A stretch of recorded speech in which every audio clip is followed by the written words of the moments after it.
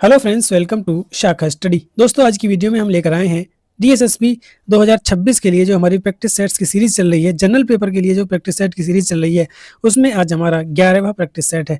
इससे पहले 10 practice set हमने यहाँ पर कंप्लीट कर दिए हैं। आई होप कि आपको सभी प्रैक्टिस सेट समझ में आए होंगे और ये हमारी प्रैक्टिस सेट की सीरीज भी आपको पसंद आ रही होगी।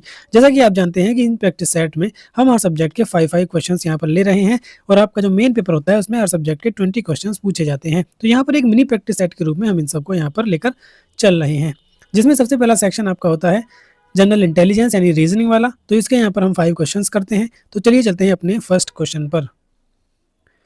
फर्स्ट क्वेश्चन आपके सामने ये रहा। तो इसमें आपको क्या बताना है कि देखिए ये हमारे यहाँ पर लेफ्ट से राइट कुछ नंबर्स दिए गए हैं, मतलब ये अलग अलग नंबर्स हैं, 3 डिजिट के सारे नंबर्स हैं ये।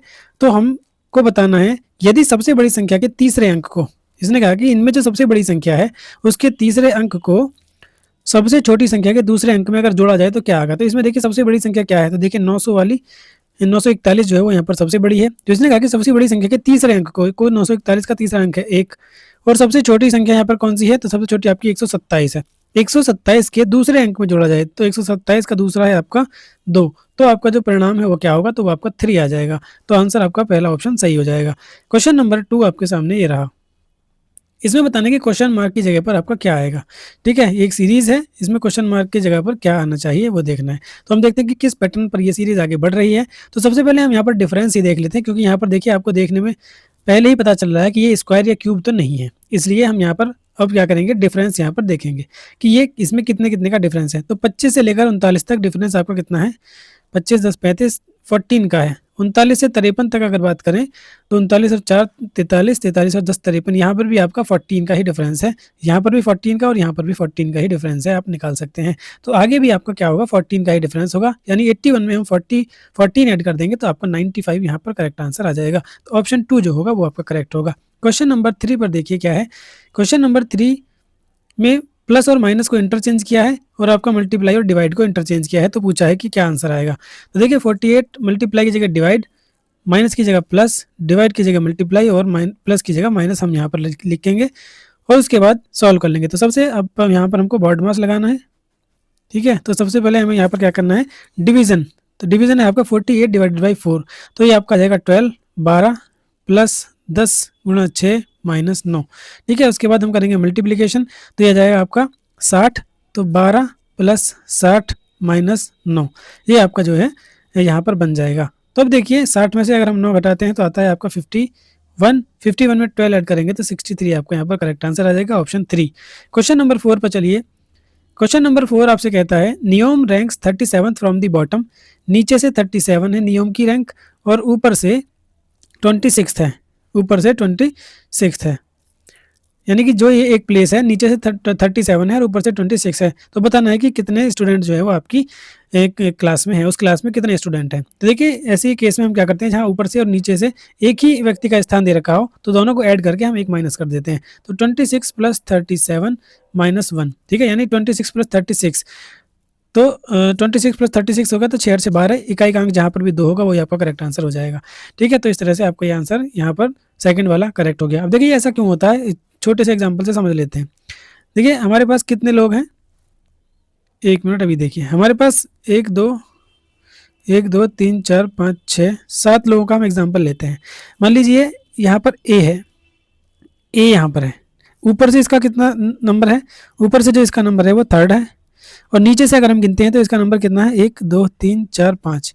तो नीचे से इसका नंबर जो है बॉटम से वो 5 है और ऊपर से अगर देखते हैं टॉप से तो 3 है। अगर हम इनको डायरेक्टली ऐड कर दें 3 और 5 को, हमसे पूछा कि पूरे मतलब टोटल कितने स्टूडेंट है, तो ये आपका 8 आ जाएगा। लेकिन क्या ये 8 है, ये हमारा 7 है। इसलिए हम नीचे और ऊपर से जो पोजीशंस दी होती है उसको ऐड करके एक माइनस कर देते हैं तो हमारा जो करेक्ट आंसर आ जाता है। तो यहाँ पर 7 है तो एक माइनस कर देंगे 7 आ जाएगा। इसलिए हमने यहाँ पर 37 और 26 को ऐड करके 1 माइनस किया था। नेक्स्ट क्वेश्चन और मैथमेटिक्स का लास्ट क्वेश्चन आपके सामने ये रहा। राज वॉक्स 15 किलोमीटर टुवर्ड साउथ, राज जो है 15 किलोमीटर साउथ की ओर चलता है। तो आप जानते हैं डायरेक्शन, ऊपर नॉर्थ, नीचे साउथ, राइट में ईस्ट और वेस्ट, लेफ्ट में होता है आपका वेस्ट। तो साउथ में चलता है वो 15 किलोमीटर, ठीक है, नीचे की ओर 15 किलोमीटर चला। उसके बाद 15 किलोमीटर से और दाहिनी ओर मुड़ जाता है। तो देखिए अगर ये नीचे जा रहा है तो इसका दाहिना इधर होगा, बाहिना इधर होगा। उसके बाद वो दाहिना मुड़ जाता है तो वो मतलब इस साइड में मुड़ गया, और इस साइड में मुड़ने के बाद वो 13 किलोमीटर चलता है। उसके बाद वो बाएं मुड़ता है। तो अब देखिए अगर ये इधर जा रहा है तो इसका दायां इधर होगा, बायां इधर होगा, तो बायां मुड़ना, अब ये बायां मुड़ गया और बायां मुड़ने के बाद वो 15 किलोमीटर चलता है। वो कहता है कि अब वो किस दिशा में चल रहा है, तो वो किस दिशा में चल रहा है, देखिए नीचे ही जा रहा है, यानी कि साउथ में ही वो जा रहा है। तो सीधा सीधा आंसर क्या हो जाएगा आपका, साउथ, ऑप्शन 4 करेक्ट हो जाएगा। तो इस तरह से रीजनिंग के 5 क्वेश्चन हमने यहाँ पर कर लिए हैं। चलते हैं अपने नेक्स्ट सेक्शन पर। नेक्स्ट सेक्शन आपका आता है जनरल अवेयरनेस का, जिसके हम यहाँ पर 5 क्वेश्चन करेंगे। ठीक है, तो चलिए चलते हैं। पहला क्वेश्चन, फर्स्ट क्वेश्चन आपके सामने ये रहा, मनरेगा के तहत काम के लिए आवेदन करने के पात्र कौन कौन है? Who is eligible to apply for the work under MNREGA? तो मनरेगा क्या है? तो सबसे पहले मनरेगा की आपसे फुल फॉर्म भी पूछी जा सकती है। तो मनरेगा की फुल फॉर्म होती है Mahatma Gandhi National Rural Employment Guarantee Act. ठीक है, क्या है? Mahatma Gandhi National Rural Employment Guarantee Act, ये इसकी फुल फॉर्म होती है और ये आया था आपका 2005 में। ठीक है, इसमें क्या था कि इसमें मतलब कोई भी व्यक्ति जो फिजिकली वर्क कर सकता है, करने का इच्छुक है, वो आवेदन कर सकता है। और दूसरा ये है कि साल में यानी कि 365 दिनों में से 100 दिन की यहाँ पर क्या थी, गारंटी थी कि 100 दिन का काम आपको दिया ही दिया जाएगा।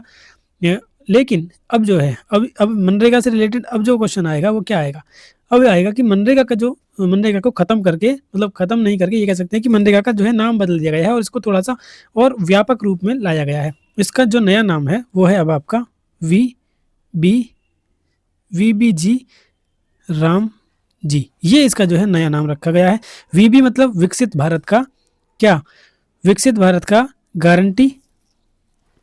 गारंटी रोजगार आजीविका मिशन, और जो आपका जी है वो आपका ग्रामीण को स्टैंड करता है।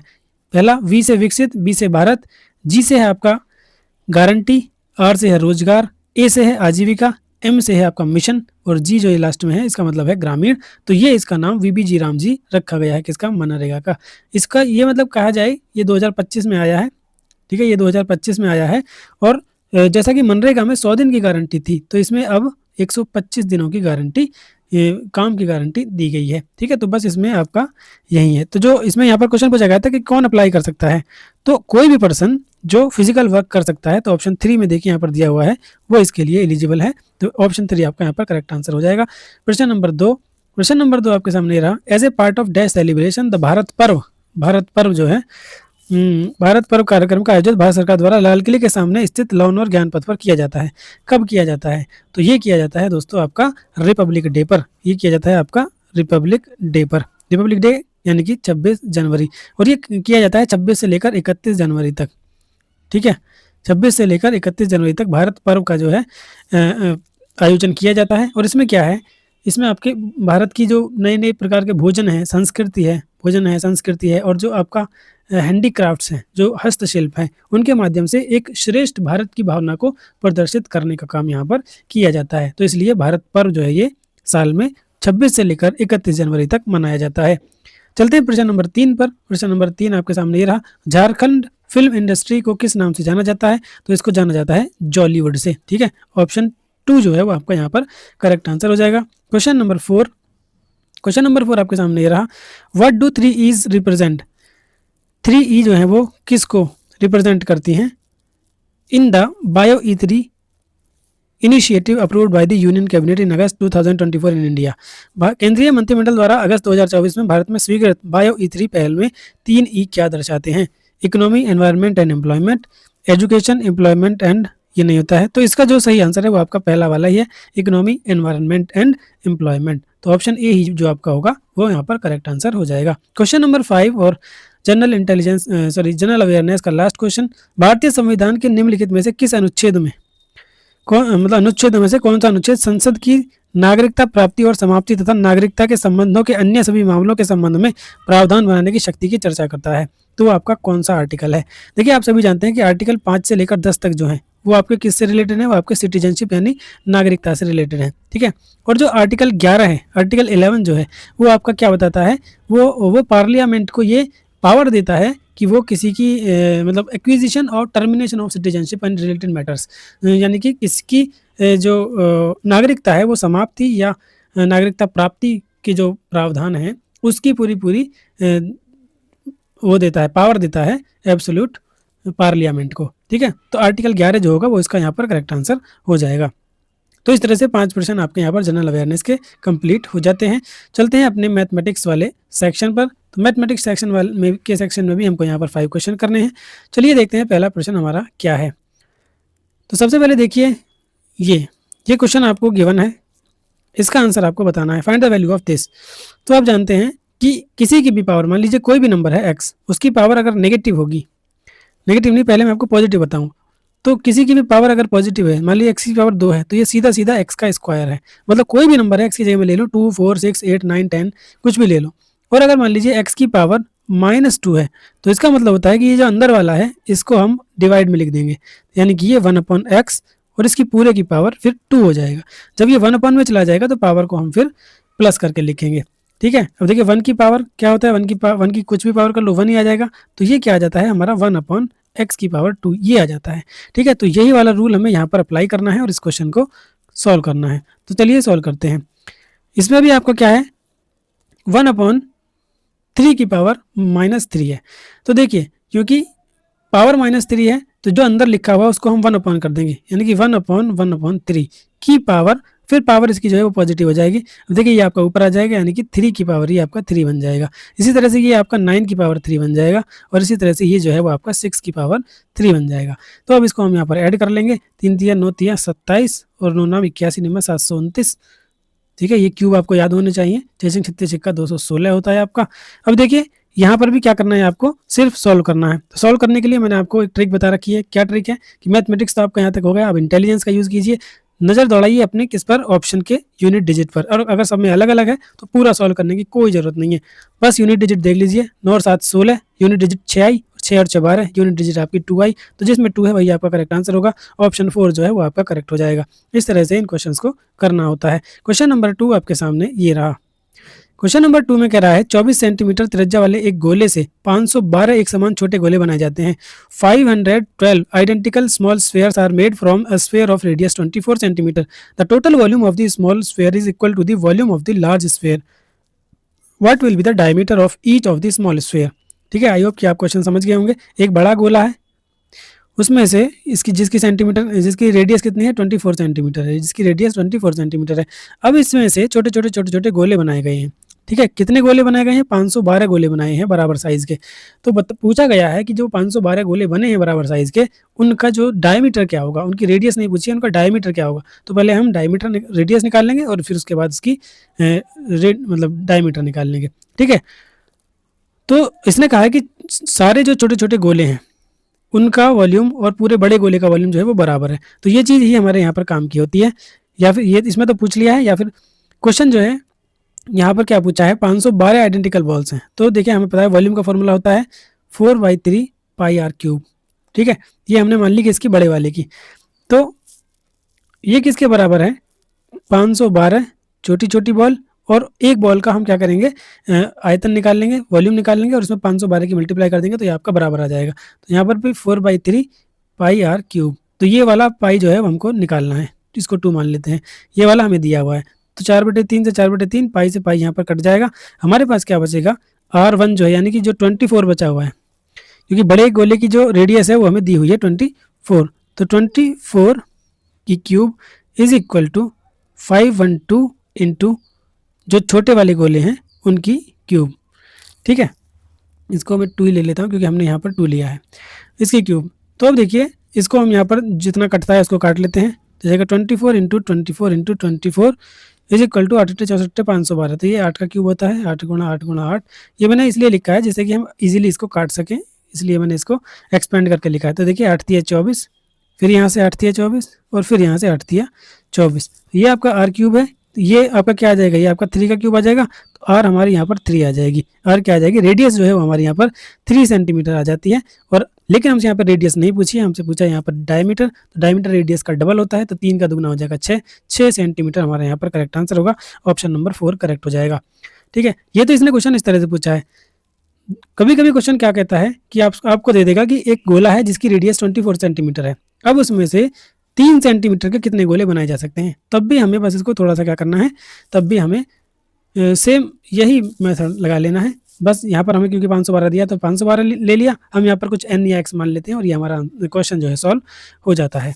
तो इस तरह से ये क्वेश्चंस आपके सॉल्व किए जाते हैं। Next question, question number 3, if a sum of 450 is borrowed for 1.5 years at 8% annual interest rate, find the simple interest. यदि 450 रुपये की राशि 1.5 वर्ष के लिए 8% वार्षिक ब्याज की दर से उधार ली जाती है तो साधारण ब्याज ज्ञात कीजिए। तो देखिए 1.5 वर्ष की बात हो रही है, तो एक वर्ष में 8% होगा, आधे वर्ष में 4% होगा, तो ब्याज टोटल 12% हो जाएगा। ठीक है, 12% हो जाएगा। तो ये कितना है, आप मतलब 1.5 वर्ष के लिए कितना हो जाएगा, 12% हो जाएगा। तो सीधा सीधा हमको क्या करना है, सिर्फ क्योंकि साधारण ब्याज ही बताना है, तो 450 का सीधा सीधा 12% निकाल लीजिए। 2 0, 1 0 से 1 0 खत्म, ये आ जाएगा आपका 2 छिक्का 12, 2 पंजे 10 और 5 निम 45, 9 छिक्का 54 रुपये आपका यहाँ पर करेक्ट आंसर आ जाएगा। तो आपका जो ब्याज होगा 1.5 साल के लिए वो 54 रुपये होगा। क्वेश्चन नंबर 4, क्वेश्चन नंबर 4 आपके सामने ये रहा, Lavina and Raveena can paint a house in 10 days and 15 days. If they work on alternate days starting with Ravina, how much time will they take to finish the house? मतलब लवीना और रवीना एक घर को 10 और 15 दिन में, देखिए लवीना और रवीना, लवीना 10 दिन में, रवीना 15 दिन में पेंट करती है। तो इसने कहा कि बारी बारी से अगर वो घर को पोते और काम शुरू कौन करेगी, काम शुरू करेगी रवीना। तो पहले देख लेते हैं इनका एलसीएम आ जाएगा आपका 30, 10 या 30 और 15 दूनी 30, यानी कि लवीना एक दिन में तीन काम करेगी और रवीना जो है वो 2 काम कर लेती है। तो ये अलग अलग दिन में काम करते हैं, दोनों मिलकर कितना काम करती हैं, 5 काम करती हैं। तो ये 5 काम एक दिन में नहीं होगा, ये 2 दिन में होगा, क्योंकि इसने कहा कि बारी बारी से करती है, एक दिन ये करती है, एक दिन ये करती है। तो एक दिन रवीना ने 2 यूनिट काम किया और लवीना ने 3 यूनिट काम किया, तो 2 दिन का काम जो होगा वो आपका 5 यूनिट होगा। काम है आपका टोटल कितना, 30। तो 30 काम जो है वो कितने दिन में हो जाएगा, तो 5 छंग 30, 5 छंग 30, ये 6 आ गया। लेकिन 5 जो वर्क है वो हमारा 2 दिन में हो रहा था, तो 6 दूनी 12, 12 दिन जो होगा वो आपका करेक्ट आंसर यहाँ पर हो जाएगा। ऑप्शन ए आपका करेक्ट होगा। क्वेश्चन नंबर 5 और मैथमेटिक्स का last question, when x is added to each of this. तो इसने कहा है कि जब इन सब में एक्स जोड़ा जाता है तो इस पे जो अनुपात और समानुपात है वो कुछ इस तरह से बन जाता है जो यहाँ पर नीचे दिया गया है। ठीक है, तो आपको बताना है कि वाई की जो वैल्यू है वो आपकी क्या होगी। तो देखिए इनमें सब में हम x जोड़ देते हैं और वो जो इसको अनुपात में लिखते हैं। कैसे, सब में x जोड़ा तो 17 plus x divided by 9 plus x, ये बनेगा। ठीक है, is equal to 29 plus x divided by 15 plus x. अब जब इनको यहाँ पर हम सॉल्व करते हैं तो क्रॉस मल्टीप्लाई कीजिए, तो 17 गुणा 15 आपका बन जाएगा कितना, 15 15 में 225, तो ये बन जाएगा 255 प्लस 15 और 17 ये आ जाएगा आपका 32x इज इक्वल टू, अब इसकी मल्टीप्लाई कीजिए 29 इंटू 9, तो ये बन जाएगा आपका 261 प्लस 29 और 9 आपका ये हो जाएगा 38x।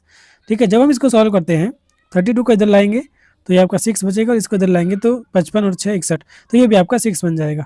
तो यहाँ पर ये -6 इज इक्वल टू 6x बचेगा, यानी कि x is equal to -1, x की वैल्यू हमारे यहाँ पर -1 आ जाएगी। अब x की वैल्यू को हम इस प्रोपोर्शन में पुट कर देंगे तो उसके बाद हमारा जो y की वैल्यू है वो निकल आएगी। तो x की वैल्यू हमारे यहाँ पर क्या आ गई है, -1 आ गई है। अब ये जो हमारा दिया हुआ है proportion 9x upon y is equal to y upon 3x minus 6, x की वैल्यू यहाँ पर हम -1 रखते हैं तो आपका क्या बन जाएगा, -9 upon y is equal to y upon minus क्या बनेगा, ये -3 और -6, ये भी -9 ही बन जाएगा। तो फिर cross multiply y square is equal to बन जाएगा आपका ये 81, यानी वाई इज इक्वल टू √81, तो ये आ जाएगा वाई की वैल्यू आपकी +-9 आ जाएगी, वाई की वैल्यू आपकी +-9 आ जाएगी। लेकिन अब यहाँ पर ध्यान दीजिए कि क्वेश्चन में दिया गया है कि y ग्रेटर देन 0 है, y 0 से बड़ा है, तो जो माइनस वाली वैल्यू है उसको हम नेगलेक्ट कर देंगे, तो y की जो वैल्यू है हमारी यहाँ पर +9 आ जाएगी। तो +9 आपका ऑप्शन 4 है, यही आपका करेक्ट आंसर हो जाएगा। अच्छा क्वेश्चन था, इस टाइप के क्वेश्चन आपको फंसाने वाले अक्सर पूछ लिए जाते हैं। तो इस तरह से मैथमेटिक्स के 5 क्वेश्चन आपके यहाँ पर कंप्लीट हो जाते हैं। अब आता है आपका इंग्लिश लैंग्वेज वाला सेक्शन, उसमें भी आपके यहाँ पर 5 क्वेश्चन हमको करने हैं। फर्स्ट क्वेश्चन आपके सामने ये रहा, select the most appropriate proverb that can substitute the underline segment in the given sentence, यानी जो अंडरलाइन में दिया हुआ है उसके लिए यहाँ पर कौन सा एक प्रोवर्ब है जो रिप्लेस किया जा सकता है, यानी वो उसके जैसा ही सेम मीनिंग यहाँ पर देता है। तो वो है क्या, Jeetu did not know how to solve his sleep disorder problem till he experimented by enrolling for badminton classes. This is an example of thinking creativity in a difficult situation. तो यहाँ पर क्या क्या बताया गया है, यहाँ पर क्या बताया गया है कि Jeetu did not know how to solve his sleep disorder. उसको नहीं पता था कि वो अपनी जो नींद का डिसऑर्डर है उस प्रॉब्लम को कैसे सॉल्व करे जब तक उसने अपनी बैडमिंटन क्लास को ज्वाइन नहीं किया था। और जब उसने बैडमिंटन क्लास ज्वाइन कर ली तो उसने उस प्रॉब्लम को सॉल्व कर लिया, यानी कि जब उसको ज़रूरत पड़ी यहाँ पर तो उसने उसको सॉल्व करना भी सीख लिया अपनी अपने डिसऑर्डर को। तो यहाँ पर जैसे जैसे उसको ज़रूरत पड़ी वैसे वैसे उसने सॉल्व करना सीख लिया, यानी कि जो हमारी ज़रूरत है वही हमारी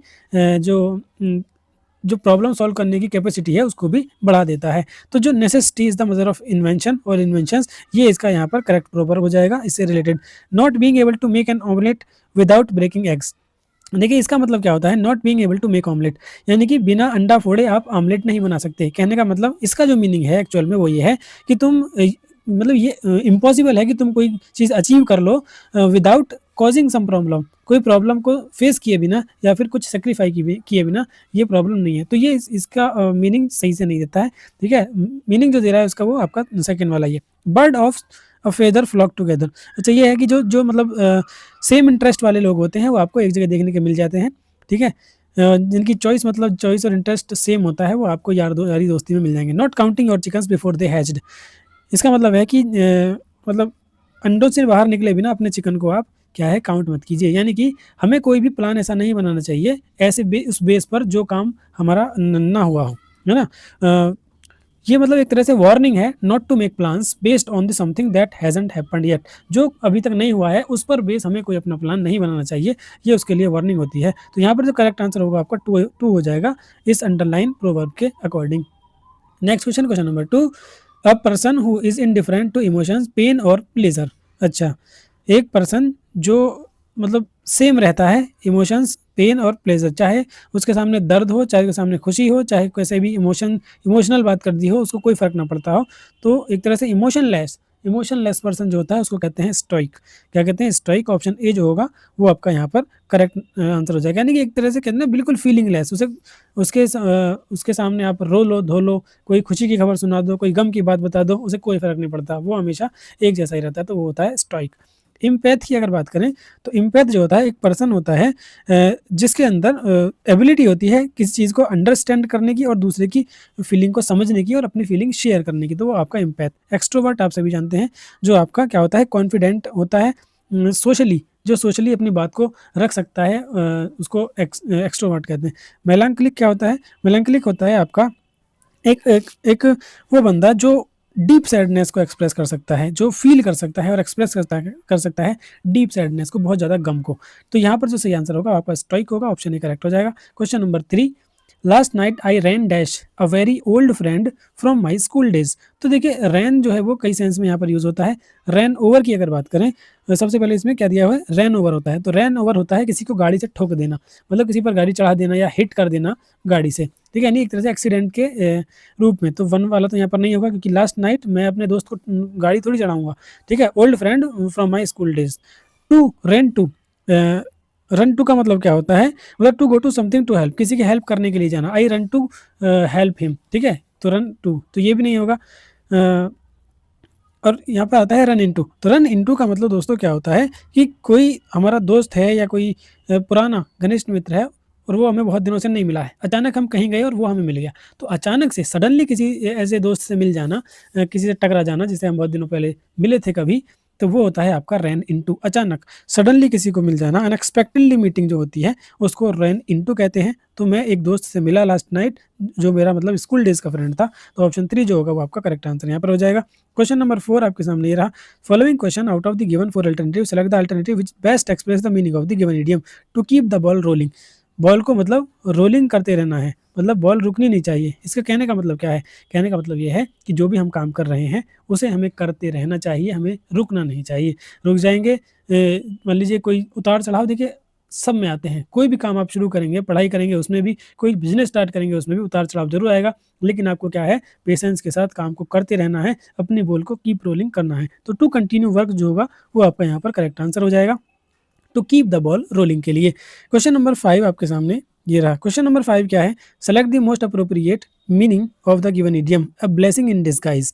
अ ब्लेसिंग इन डिस्गाइज का मतलब होता है एक ब्लेसिंग इन डिस्गाइज का मतलब दोस्तों होता है क्या, मतलब एक ऐसा व्यक्ति जिसका हमें पहले से पता नहीं था लेकिन वो हमारे लिए अच्छा था।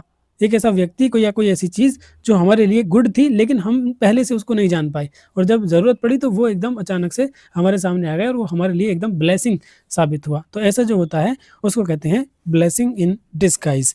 ठीक है, तो something that is very price expensive, ये इसका आंसर नहीं होगा। एन एक्शन और task that is simple to do, ये भी नहीं होगा। Something that's abundant in quantity and so cheap, something that's easily acquired, ये भी नहीं होगा। Something good that isn't recognized by first, हाँ ये है वो जो चीज़ अच्छी थी लेकिन हम उसको पहले रिकॉग्नाइज नहीं कर सके, यही इसका यहाँ पर करेक्ट आंसर होगा। ऑप्शन 4 जो होगा इसका सही आंसर हो जाएगा। तो इस तरह से 5 क्वेश्चन हमारे इंग्लिश के कंप्लीट हो जाते हैं। अब आते हैं अपने हिंदी भाषा वाले सेक्शन पर। यहाँ पर भी हमें 5 क्वेश्चन करने हैं।